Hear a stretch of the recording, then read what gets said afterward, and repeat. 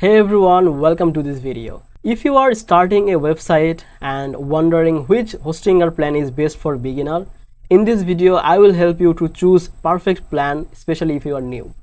And make sure to choose the description below. I have added the best deal link to get the lowest price of Hostinger. So let's get started.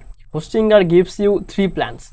First one is premium, which is single one, business and cloud startup. For beginners, the business plan, this one is the best. Let me explain why. The single plan, which is they called it premium, this is cheapest. It's okay if you want just host 2 or 3 websites with this hosting, because even though it says 25 websites, but it's not going to that kind of practical, because it's 25 GB of SSD storage, and obviously you will get free SSL from this plan also, even all of this plan. Another is this business plan, which is $399 per month.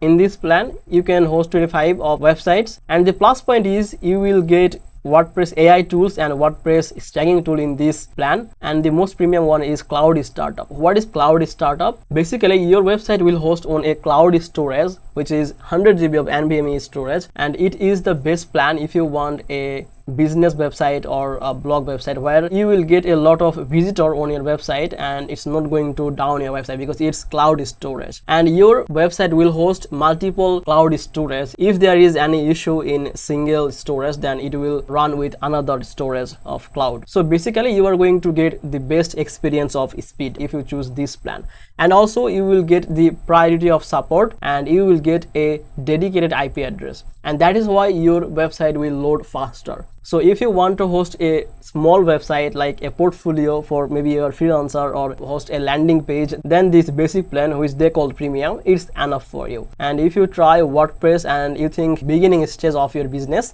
then you can start with this business plan. But if you have a big number of visitor and your business is growing, then you should go with this cloud startup for best experience.